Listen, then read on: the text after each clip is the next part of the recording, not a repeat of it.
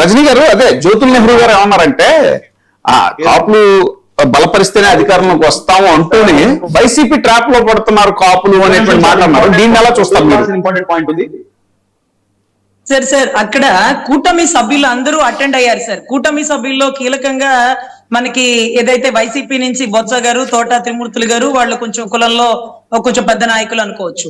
అదే మాదిరిగా జ్యోతిల్ నెహ్రూ గారు టీడీపీ నుంచి, సోమవీర్రాజు గారు బీజేపీ నుంచి అండి. ఎవరికి వాళ్ళు మనసుల్లో వేరే వేరే పార్టీల్లో పనిచేస్తున్నప్పటికీ వాళ్ళ మనసుల్లో ఎప్పుడు కాపుల నుంచి ఒకరు కూడా ముఖ్యమంత్రి ఎప్పుడు కూడా ఈ చరిత్రలో ఎప్పుడు కూడా అవ్వలేదని ఒక బాధ, మనోవేదన ఉంటది. So whatever it may B, ఇదే బయటకి ఓపెన్ గా ఎవరైతే సోమవీర్రాజు గారు అనేసినారండి, ఈ నేను నా జీవితంలో నేను చూస్తాను లేదో కాపుని ముఖ్యమంత్రిగా అంటూ కూడా ఒక స్టేట్మెంట్ ఇచ్చినట్టున్నారు అదే సభలో. కానీ జ్యోతిల్ నెహ్రూ గారు ఏమన్నారంటే వైసీపీ ట్రాప్ లో పడిపోతున్నారేమో అని అన్నారండి. వైసీపీ ట్రాప్ లో ఎవరు పడ్డారండి? ముద్రగడ పద్మనాభం గారు పడిపోయారని వారు భావిస్తూ అన్నారా? టీడీపీ వాళ్ళు అరాచకంగా ఇంటి మీద పడి కొట్టి ఆయన ఇంట్లో మహిళల్ని దుర్భాషలాడి బూతులు తిట్టి లకారంతో తిడితే అప్పుడు కూడా ఆయన నిమ్మడంగానే ఉన్నారండి. చిట్ట చివరిలో ఆయన జనసేనలో చేరుదాం అనుకున్న టైంలో జనసేన అధినాయకుడు ఆయన్ని పిలిచే పరిస్థితుల్లో ఆయనకు లేడు, ఆయనకు అధికారం లేదు అని భావించి నన్ను ఇబ్బంది పెట్టకండి, నేనంతటి నేను వస్తాను అన్నప్పుడు మీకు పిలిచే అధికారం లేదు, ఆ పార్టీ మీదేనా, అసలు మీరు నన్ను స్వాగతించే అధికారం మీకు లేదా అంటూ ఒక స్టేట్మెంట్ ఇస్తూ ఆయన అప్పుడు వైసీపీలో చేరారండి. ఎవరు వైసీపీ ట్రాప్ లో పడింది కాదు. బొత్స గారు కాంగ్రెస్ నుంచి ఉన్నారు, తర్వాత జగన్ గారితో కలిసి ప్రయాణం చేస్తూ ఉన్నారు. సో ఇప్పుడు ఎవరి ట్రాప్ లో పడమంటారు? టీడీపీ ట్రాప్ లో పడమంటారా? అప్పుడు రంగా గారి చావుకి కారణం 100కి 80% వేళ్ళు అట్టే చూపించినాయి కదండి. ముద్రగడ గారు మనోవేదనకి గురి మానసిక రుగ్మతతో చనిపోయారని ఆయన ఓపెన్ స్టేట్మెంట్లు ఇచ్చారు కదండి. మరి ఎవరి ట్రాప్ లో పడమంటారండి? మరి ఎవరున్నారండి?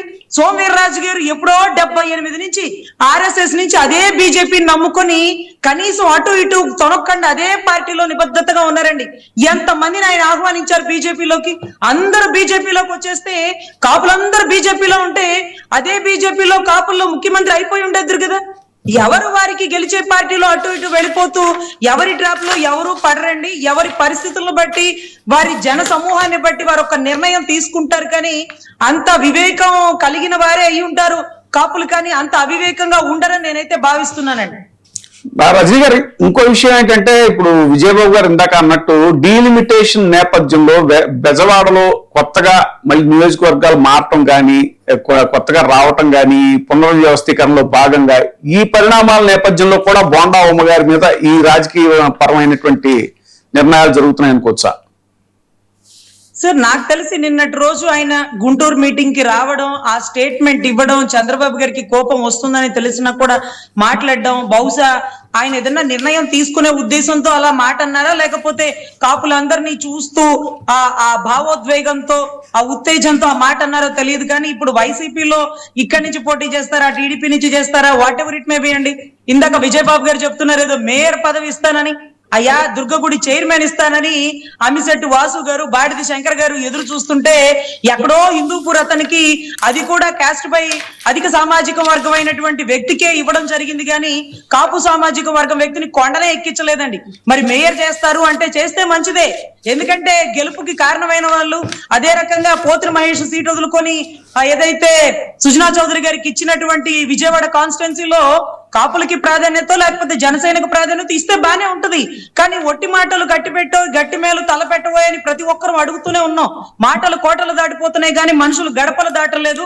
బహుశా మేయర్ ఇస్తే కూడా చాలా గొప్పగానే భావిస్తారండి, దానికి తగ్గ పర్సన్స్ కూడా ఉంటారు. కాబట్టి అయితే జ్యోతిల్ నెహ్రూ గారి పదజాలం గాని ఇంకొకరు గాని what ever it may B వారు తీసుకునే నిర్ణయం ఆలోచించి ఆచితూస్తారని.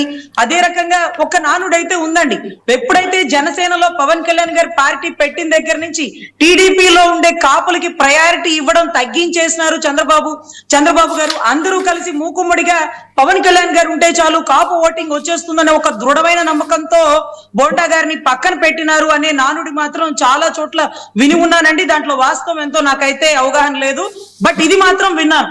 సో దానివల్ల ఆయన పాలిట్ బ్యూరో తప్పించినారని, అసెంబ్లీ సాక్షిగా ఆయన అడిగిన దానికి సమాధానం చెప్పకపోగా, కనీసం పవన్ కళ్యాణ్ గారి అపాయింట్మెంట్ దొరకపోయినా పిఏ గారు కూడా స్పందించకపోవడం అంటూ ఆయన అందరినీ అడిగాకే ఆ భావోద్వేగాన్ని అసెంబ్లీ సాక్షిగా బయటకు పెట్టిన తర్వాత కూడా తర్వాత కూడా ఎటువంటి స్పందన లేకపోవడం, ఆయన్ని పక్కన పెడుతున్నారనే ఆయన ఒక భావన ఏమన్నా కలిగిందేమో. అలా పక్కన పెట్టకూడదు, ఎందుకంటే ఆయన బలమైన కాపులు విజయవాడలో దృఢంగా నిలబడి ఉన్న వ్యక్తి కాబట్టి కొద్దో గొప్ప వారు ప్రయారిటీ ఇస్తే బాగుంటుందని నా ఉద్దేశం అండి. నరేంద్ర గారు లైన్ లో ఉన్నారండి? నరేంద్ర గారు కట్ అయింది సార్. రజనీ గారు ఇప్పటికి ఇంకా ఏమి సస్పెండ్ అయ్యారు, బోండాబాబు గారిని సస్పెండ్ చేశారు అనేటువంటి వార్త అయితే ఏం రాలేదు, కానీ వైసీపీలోకి ఆయన ఆహ్వానించేటువంటి అవకాశం ఏమైనా ఉందా? సార్, వైసీపీ గురించి నన్ను అడుగుతారండి సార్, నాకెలా తెలుస్తుంది? సో అక్కడ వాళ్ళు ఏ నిర్ణయం తీసుకుంటారో, బట్ అది గురించి పక్కన పెడితే తోట త్రిమూర్తులు గారు, అంబటి రాంబాబు గారు మాట్లాడుతున్నారు అనేటటువంటి ఊహాగానాలు పబ్లిక్ లో స్ప్రెడ్ చేసినారు కాబట్టి రేపో మాపో కాపు రిజర్వేషన్ ఉద్యమాన్ని కూడా ముందుకు తీసుకువెళదాం, అందరూ కూడా కలిసి మూకుముడిగా ముందుకు వెళదాం, ఇప్పుడు కాకపోతే ఇంకెప్పుడు అనే నినాదంతో ముద్రగడ గారి అంతిమ కోరిక, ఆయన ఆశ ఏదైతే ఉందో దాన్ని నెరవేర్చే దిశగా మనందరం కదిలి వెళ్లాలంటూ టీడీపీ కాపులు, లేకపోతే ఏదైతే వైసీపీ కాపులు, జనసేన కాపులనే కాదండి, మీకు గుర్తుండాలి, మీరు అందరు పెద్దవాళ్ళు కాబట్టి ఒక పిలుపునిస్తే అన్ని పార్టీలకు అతీతంగా వెళ్లి ఉన్నారు కాబట్టి సో ఈ ఉద్యమంలో పార్టీలకు అతీతంగా ముందుకు వస్తారని నేనైతే భావిస్తున్నానండి. So whatever it may be, Bonda garu ఏ నిర్ణయం తీసుకుంటారో మీకు తెలుసు, తిరువూరు ఎమ్మెల్యే కూడా అడ్డం తిరిగినటువంటి విధానం మీరు చూసినారు. సో ప్రభుత్వం 2 ఏళ్లు ఉండగా ఏ ప్రభుత్వం వల్ల అయితే వారు గెలిచారో ఆ ప్రభుత్వం మీదే తిరుగుబాటు చేస్తున్నారంటే ఆ ప్రభుత్వం వారిని పక్కన పడేసిందా, పట్టించుకోవట్లేదా, ప్రజల్లో వాళ్ళ గౌరవం ఏమైనా తగ్గించేస్తున్నారా వీళ్ళు?